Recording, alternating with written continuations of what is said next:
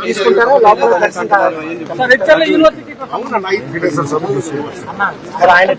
దర్శనానికి వెళ్తున్నారు.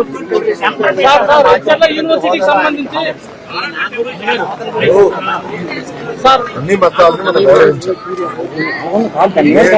చర్చికి వెళ్తే వాళ్ళ విధి విధానాలు నేను పాటిస్తాను. మసీదుకి వెళ్తే వాళ్ళ విధి విధానాలు నేను పాటిస్తాను. గుడికి వెళ్తే విధి విధానాలు పాటిస్తాను. కొన్ని వాళ్ళ విధి విధానాల్లో సంతకాలు పెట్టాలి, కింద కూర్చోవాలని, వాళ్ళ పైన కూర్చోవాలని, మహిళలు ఒక సైడ్ కూర్చోవాలంటారు. అవన్నీ మనం గౌరవిస్తాం, పాటిస్తాం. అది మాజీ ముఖ్యమంత్రి గారు, 800 ఎమ్మెల్యే గారు కూడా పాటిస్తే బాగుంటుందని లడ్డు వివాదం నేపథ్యంలో ఆయన మాత్రం దీక్ష రూపంలో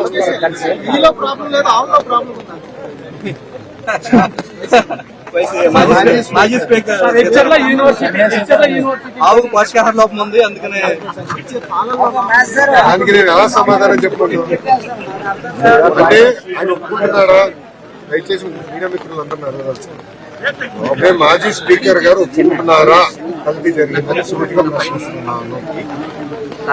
ఇప్పుడు మీడియా మిత్రులందరూ కూడా తెలుసు, మీరు కూడా 5 సంవత్సరాలు తిరుమలకి వెళ్ళినారు. పాదయాత్రలో ఎవరు కలిసినా నాణ్యత లేదు, లడ్డు పాడైపోతుంది, భోజనం సరిగా లేదు, అసలు టీటీడీ విధి విధానాలు సరిగా లేదు.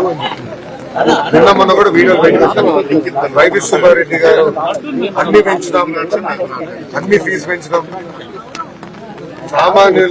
సామాన్యులకి దేవుడిని గౌరవం చేసే విధంగా ప్రవర్తించడం జరిగింది.